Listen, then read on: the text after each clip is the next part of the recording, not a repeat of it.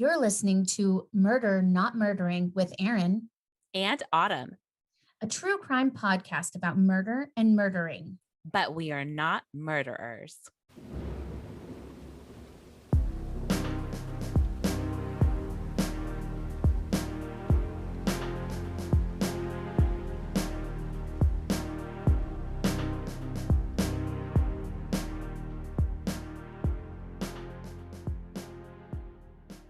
And we are back at Murder Not Murdering with Erin and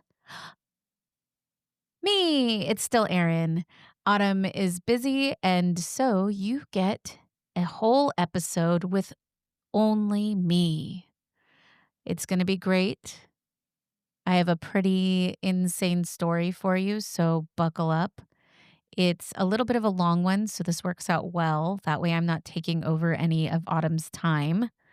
And next week, we will be back with a new episode with the both of us, I promise. And if you've listened to us before, you know that sometimes I've done solo episodes. And when I do, I usually drink wine and talk about a wine related crime.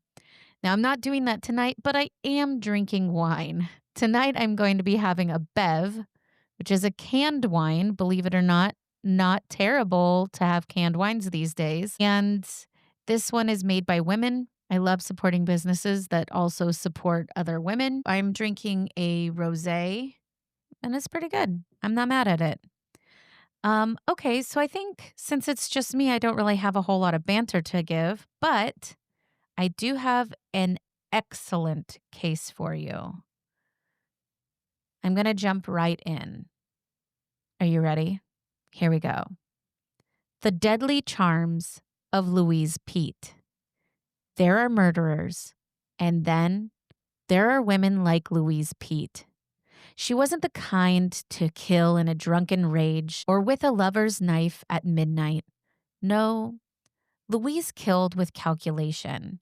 She killed for comfort, for money, for the cold satisfaction of power. By the time she entered the gas chamber at San Quentin in 1947, she had been accused of killing 3 times, convicted twice, and had left ruin in her wake from Texas to California.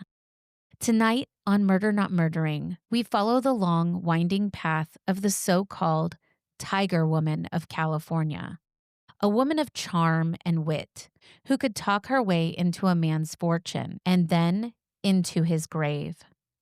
This is the story of Louise Peete. Louise Latham was born 1880 in Bienville, Louisiana.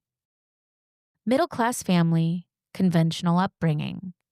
But even in her youth, she displayed a streak that was less Southern belle and more Southern predator. She was described as spoiled, calculating, quick to manipulate.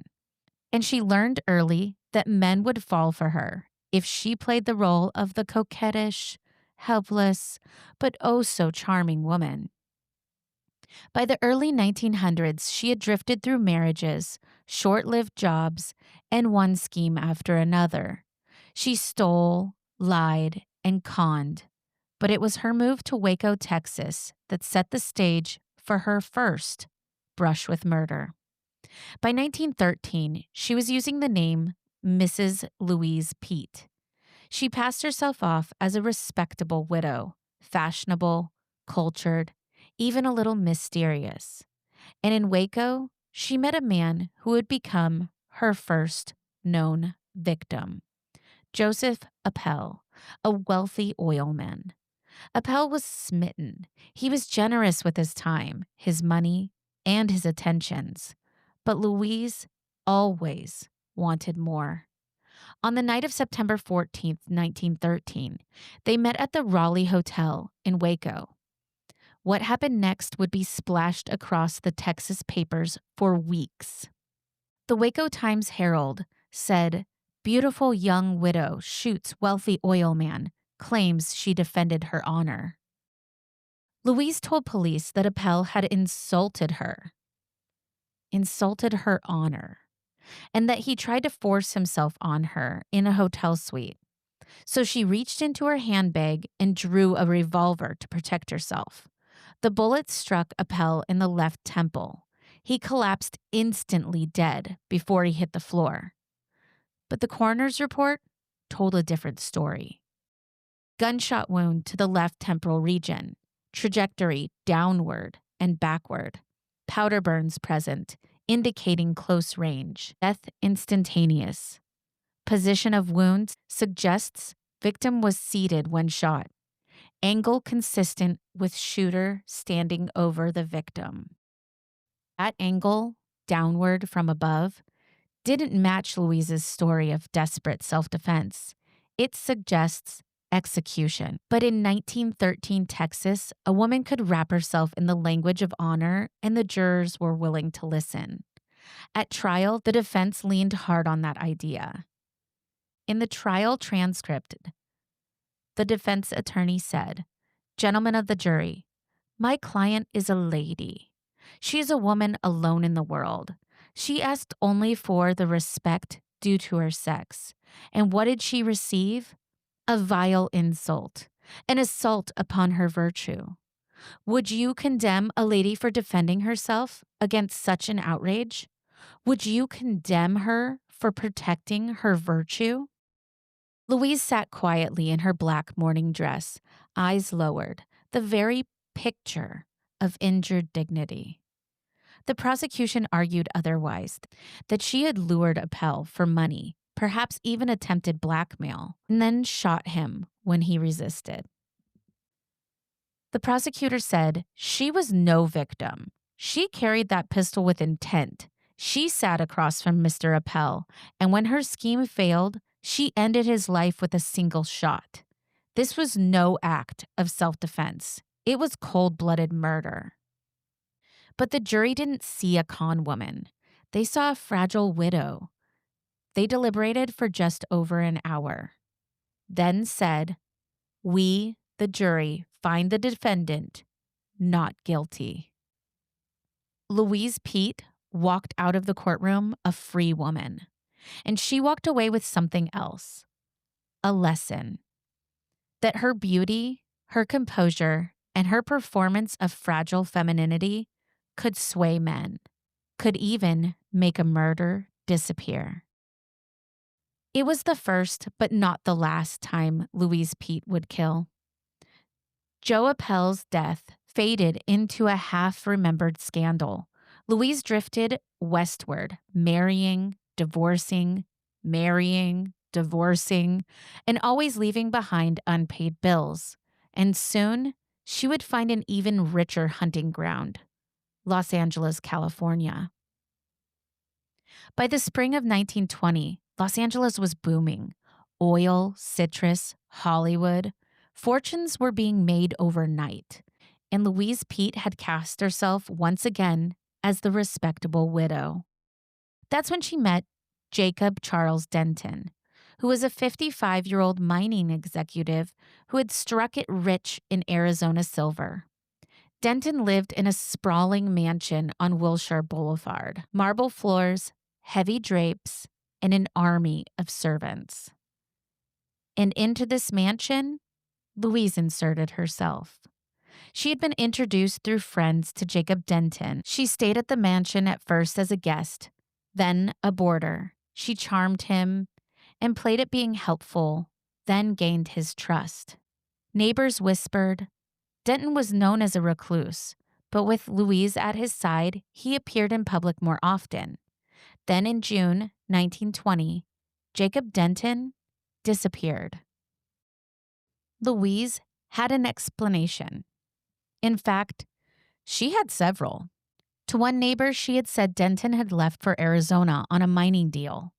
To another, she said he was visiting relatives back east. And still to another, she confided a lurid tale. Brace yourselves, because here comes her most popular, least plausible explanation. In the trial transcript, one neighbor's testimony said, "She told me Mr. Denton had been in a duel with a Spanish woman, that his arm had been cut off. She said he was ashamed to be seen in public, and so he was hiding away. She managed the house for him until he recovered. Yes, she actually said Denton had lost his arm in a sword duel with a mysterious Spanish woman, and she kept repeating that story even as weeks stretched into months. I only wish it had been with a six-fingered man. If you know, you know. Inside the mansion, Louise was busy doing all the caring things. She pawned Denton's jewelry, forged his signature on checks, and sold off his cars. She dismissed his servants. Soon, she was living alone in the mansion. A headline read, "Where is Jacob Denton? Wealthy mine owner not seen in weeks. House guest gives conflicting stories." By September, folks grew more suspicious. Denton had vanished 3 months earlier. They pressured the police to investigate.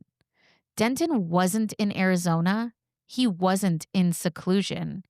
And when detectives entered the Wilshire mansion, they were hit with a stench rising from the basement.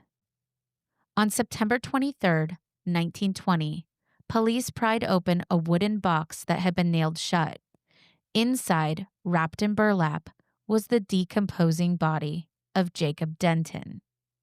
The coroner's report read, male, 55 years old, body in advanced state of decomposition, arms bound with rope at wrists, lower extremities tied at the ankles, head enclosed in burlap sack secured with cord, gunshot wound to the posterior skull, bullet entering at the base of the skull and traveling upward.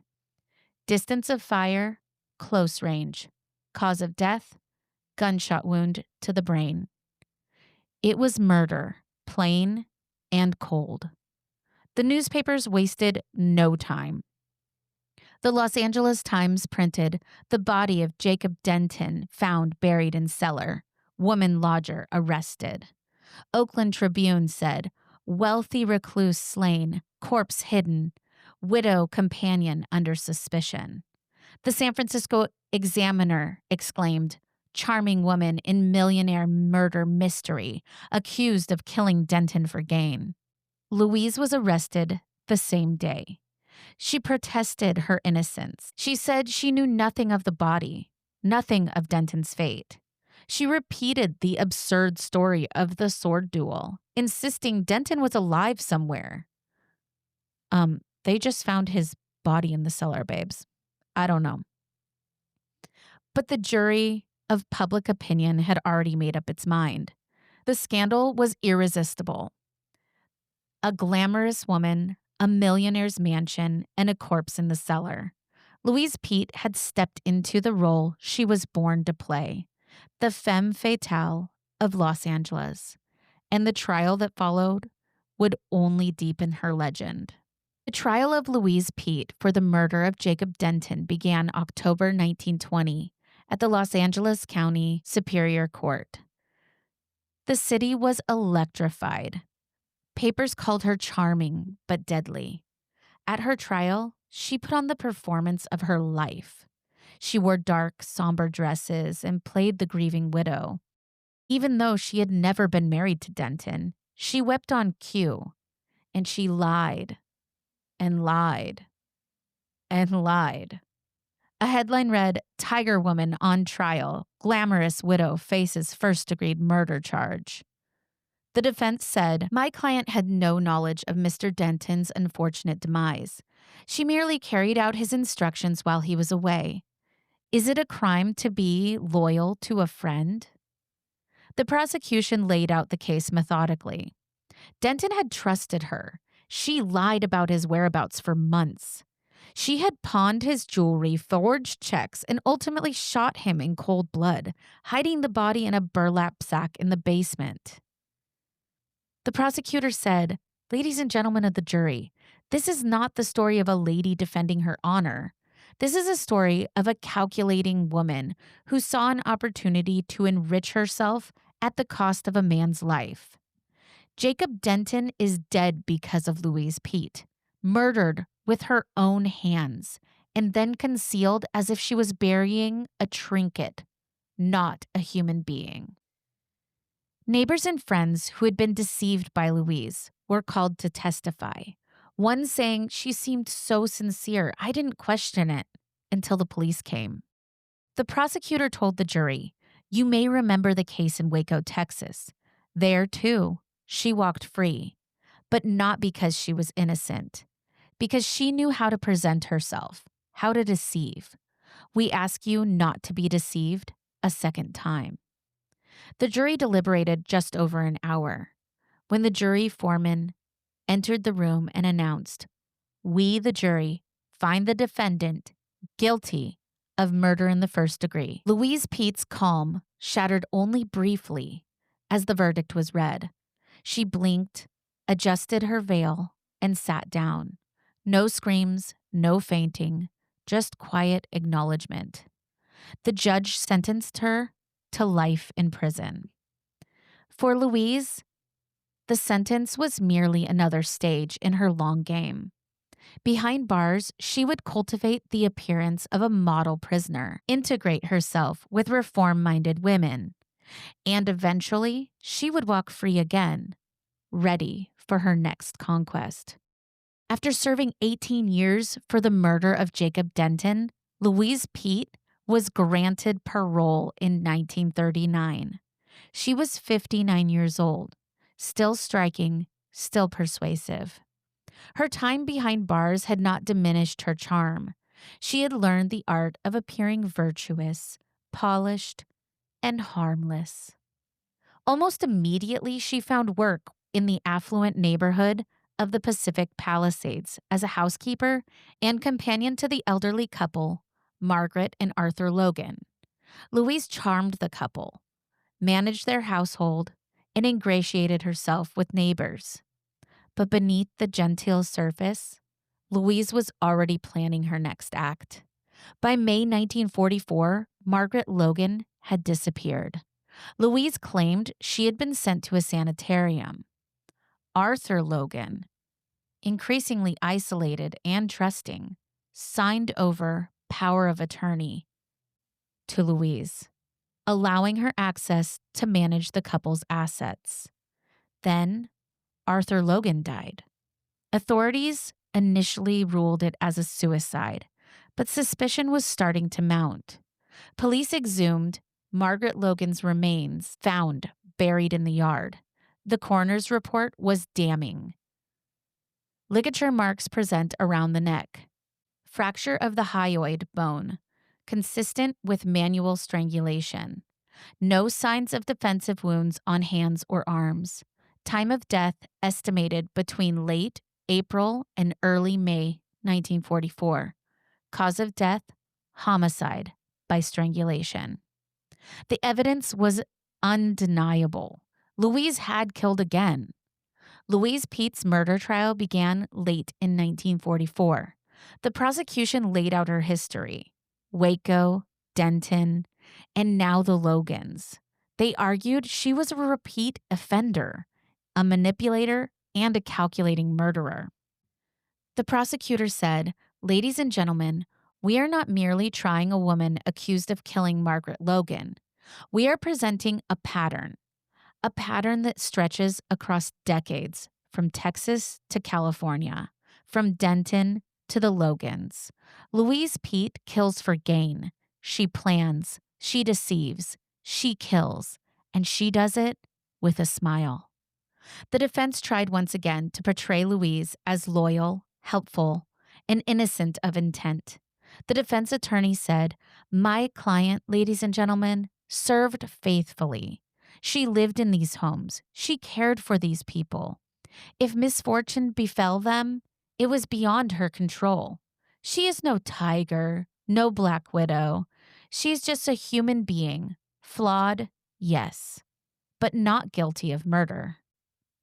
Witnesses recounted Louise's deception, the lies, the control she exerted over Logan's finances, and the increasingly isolated conditions in which she left them. The courtroom was tense. Every day, newspapers printed the lurid details. The Los Angeles Times said, "Tiger woman on trial. Crowd fills courtroom for grisly details." San Francisco Examiner said, Pete's past crimes detailed in court. Jury sees pattern of death. Louise Pete's composure remained unnerving. She smiled slightly through cross-examination. She shook her head, whispered to attorneys, and maintained an air of cool detachment. Even as the prosecutor said to the jury, she killed Margaret Logan as she killed Jacob Denton for wealth, for power, for her own satisfaction. She must be held accountable, and she must face the ultimate penalty. The jury deliberated just 2 days. And again, the jury foreman said, "We, the jury, find the defendant guilty of first-degree murder, but this time," added, "we recommend the death penalty." Appeals failed. Clemency petitions were denied.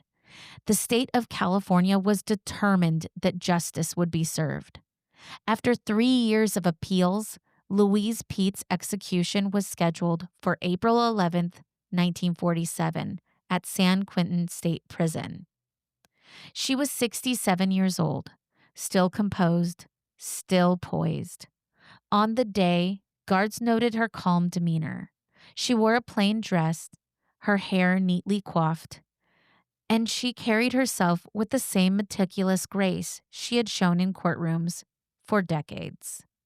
An eyewitness said she entered the chamber calmly, with no sign of fear. She adjusted her skirt, arranged her hair, and said, "I am ready." The warden nodded. Within minutes, the gas was released. She breathed steadily until the end. Within moments, it was over.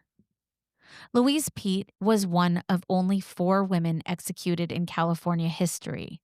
Her life, a sequence of cons, murders, and manipulations, had ended in the very justice she had long eluded. The press predictably revealed the drama. The charming manipulator, the calculating killer, the woman who smiled while men died. But behind the headlines was a more sobering truth. Louise Peete had preyed on trust, on kindness, on human naivety. What makes Louise Peete so chilling is not just for the count of her victims, Joe Appel, Jacob Denton, Margaret Logan, most likely her husband, but it was about the methodical way that she operated.